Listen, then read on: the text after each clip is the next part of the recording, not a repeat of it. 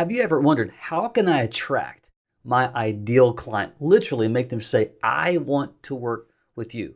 That's what we're going to talk about on this episode of the Business Coaching Success Podcast. Let's dive in.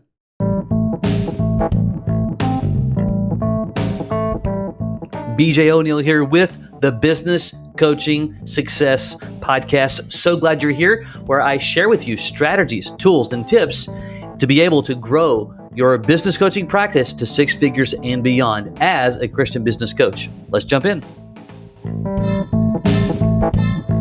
Welcome. Glad that you are here on the Business Coaching Success Podcast. Real quick, if you are watching on YouTube, give us a subscribe, give us a like. If you're listening on Apple or any of the other platforms, it would mean a lot to us for a 5-star review. This just helps others to know about the community. And just like you, those who are interested in developing a business coaching practice as a believer, as a Christian, as a Christ follower, it helps spread the word. You can do that. If you're also interested in, you have this idea, I want to start a business coaching practice. I don't know where to begin. I love making an impact. I love helping people. I love to make money doing it, or make a living doing it, or maybe on the side as you still have your full-time job, whatever the case may be. You just don't know exactly how to go about it. You can go to businesscoachmastery.com. That's businesscoachmastery.com. There's information that you can get right there. You can also schedule a time for a quick chat, and you can learn all about it and see if it's the right fit for you. So we're talking about how to attract your ideal client in 3 easy ways. All right? And purposely, the word 3 is there for a reason, as you're going to hear me explain. Now, if you've listened to any of the other podcasts, watched some of the trainings, you're going to hear a constant theme of what I'm sharing today, because it's the bedrock of why some coaches succeed and why some coaches fail, period. And let's examine that for a moment. When you think about, what is it that makes somebody do so much far better than somebody else? And yeah, there may be some, soft skills and hard skills and things like that play into it. But no questions asked. In my more than 20 years, now 30 in owning businesses, but 20 years of working with business owners in a lot of different ways, is that the ability and the art and the mastery of understanding how to not just have a relationship, but to build a remarkable relationship and understand how to navigate that from the day one, from the get-go, okay? So here's the problem. And by the way, one of the things that I do, and we have, I've got dozens and dozens and dozens of guys who are business coaches all over the country, okay? And we kind of utilize a framework called the 7 Habits of a Highly Remarkable Business Coach. And habit number 6, it's either 5 or 6, can't remember off the top of my head, is building authentic relationships. It's a key cornerstone and a habit that you must master, all right? It's something that you're never done with. But the question is, how do you do that to pull in and to attract your ideal client? How do you become the hunted? I mean, think about that. Write that down. How do I become the hunted? Because there's multiple ways to be able to do that. But the problem is the reason why so many struggle is they go about building a business coaching practice or wanting to, help others transactional. They make everything very, very transactional, like I'm just selling a service or selling a product. And by the way, that can work, but it's a lot more difficult. It's very salesy, and you have to have every single thing so well defined. But by and large, though, it still misses the entire point that I believe that we are called by God to do, which is to care for one another, to help one another, even in the relationship where someone is paying you. And so when they're transactional, they're not prepared. There's no energy. I see this all the time with coaches who say that they're struggling, and we talking, and I'm like, is this how you're communicating with your clients or prospects? What do you mean? Well, don't get offended, but there's just no energy here. Like, you got to bring some excitement to the relationship. And nobody wants a boring relationship. When there's no energy, there's no innovation. You're using yesterday's tactics. There's nothing compelling about what you're saying.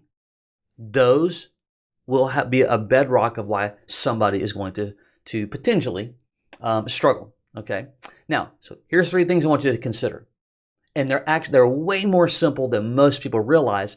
but you do have to practice them. You do have to put them into action. You do have to master them, okay? And one of the ways to do that, by the way, as you're just building relationships, just like you're doing right now, is getting access to, ways to do that very thing. Podcasts, trainings, books, seminars on the art and the value of building those relationships. So number one, we look at the power of relationships in business coaching and why and why is it so powerful? Why is it so important? Why is it so critical? You have to understand that why, and then you have to apply it all the time. Number one, it brings and it builds your prominence. When you're building a relationship of significant value and authenticity, you care about that other individual. They begin to recognize and to realize that you care. And that goes within any relationship, right? It's no different here. And so what happens is when they start to see that your activity and your interaction with them is all about because you care about them, they are psychologically moving you away from transactional on their own. Because they realize, sure, you're running a business, you're going to get paid, but they realize that you care because guess what? In the back of their mind, everybody's walking around with a problem and looking for somebody or something to solve it. And so when you begin to truly care about them, we're just getting a couple of steps closer to them, a couple of steps, every relationship, every conversation, every opportunity, every interaction, you're getting a little bit closer, a little bit closer, a little bit closer, okay? And what that's doing is it's building your prominence, it's building your expertise, and by the way, expertise just means you know a little bit more than somebody else. That's really what an expert is. You don't have to know every single thing. It's impossible to know every single thing, regardless of the industry that you are in, okay? And what it does in the power of the relationship, it brings collaboration even beyond business. I have had just the amazing opportunity over the years to have built some significant, deep relationships with business owners who are, engaging with me as a strategist, as a coach. And we do things, entertainment, going to concerts, sporting events, the lake, all kinds of things. Because they want to be around you. When someone who is interacting with you from a business purpose and you're building that relationship, they actually do want more of your time as not necessarily a friend, but they just enjoy being around you because you're helping them in a lot of ways well beyond the numbers. So the power behind why you want to master relationship building is critical on it cascades every single thing all the way down well beyond them paying you. So we have to understand authenticity and the power of relationship so that you make it a practice that you are going to master it. And that becomes lifelong learning. It never stops. The second step is understanding why adding value before selling is critical and how we do that. Why would we want to add value? Well, one is that when you educate someone through value, and I'm going to explain what that word value means. When you educate someone, you're kind of unlocking, you think about it like currently they may be in a fog of whatever issue that they may be going through. And when you're adding value, you're kind of like shining a light, right in front of their feet to move a couple of steps forward. And eventually that fog being able to start to kind of clear. And now a path is starting to form. And they're viewing you because of how you're handling that through value and relationship building as the guide. Isn't that amazing? Like that's really, and by the way, when you have a true heart and passion and calling to do that very thing, it's phenomenal. It's a lot of fun. It's very energy boosting. And I believe that, there's a lot of people who can do it. They just got to have a simple process to understand it. So how do you add value? Well, webinars, books, what I'm doing right now, podcasts. I get coaches on a call quite often, and they'll say, I've been listening to your podcast, watching some of your videos. That's adding value. So I've used value, this podcast right here, to build value, to build relationship well before I even get to know anybody. And so when you don't have any of these tools and resources, it's difficult to add value, which is necessary in building the relationship. In our coaching system, we give coaches books to utilize. in building that value. One of the things that we have a white labeled online business directory, and a coach can utilize a system like that and give a prospect access to that at no charge for a short period of time, just to begin to help them to potentially unlock an issue that they're going through. That's value. But here's the biggest value piece, in my opinion. This is just my version, something that I've done for many, many years, and I still think to this very day, it is transformational in so many ways. But that is being able to bring someone into the aha zone.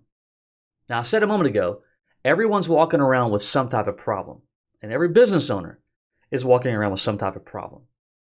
And as you're building a relationship and you're asking questions, and you're, which I'll talk about in a second, and just beginning to learn them, as you begin to break that conversation and pull them to moments of possibility. In other words, have you ever thought about doing X, Y, and Z?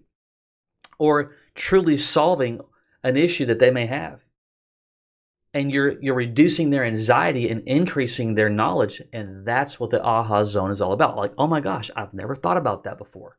Oh my gosh, I've never realized. Like, that's those light bulb moments. That's the aha zone. When you're giving perspective, context, solution, whatever the case may be, maybe the problem didn't get solved, but they now understand how to potentially solve it. That's an aha zone. So adding value through resources, through conversation, through the aha zone is critical. And them saying, hey, you know what? I want to invest into the growth of my business, meaning they're going to invest into you and pay you every single month, or potentially even revenue share on working together. Last key, solving problems as a client attraction strategy. I want you to think about this for a moment. Solving problems as a client attraction strategy. Like, think about that just for a moment. Think about, as you're a coach, and maybe you're thinking about it, maybe you don't, you're just trying to figure it all out. I don't know. But if you put problem solving as a part of your strategy for client acquisition, I have a friend of mine who's a coach for many, many years, and he did a seminar one time, and I've actually done it a couple of times, to where the whole workshop revolved around, I will solve any business problem on the spot, just by a business owner asking a question. It's a pretty bold statement. It's a bold thing to do, but that's what he did. So you have people in the room, people raise their hand, this is their problem, he would give solution to it. It's brilliant. Now, clearly, he's a veteran coach, and he's coached a lot of people, so he's seen a lot of different things, he understands a lot, and certainly, but I want you to think about that for a moment. That was a strategy that was being used literally to solve problems. Here's another way that you can do that. As you're building a relationship, whether it's coffee, lunch, standing in, at a networking event, doesn't matter. When you're asking the right kinds of questions, and it could be literally, how is business going today? One of my favorites has been recently, hey, what's business like? And obviously referring to, working and talking with a prospect who's not a client, but what's business like right now compared to, pre-COVID?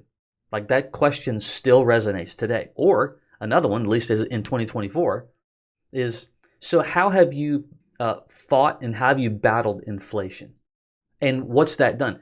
When you ask questions like that, you're going to get a lot of feedback that is going to help you find the issues. So if I'm just asking you, or point blank, top 3 issues that you're having in your business, and one of them that you believe is affecting your inability to grow your profits. Like, what is that thing that you believe that's preventing you from moving forward? Okay?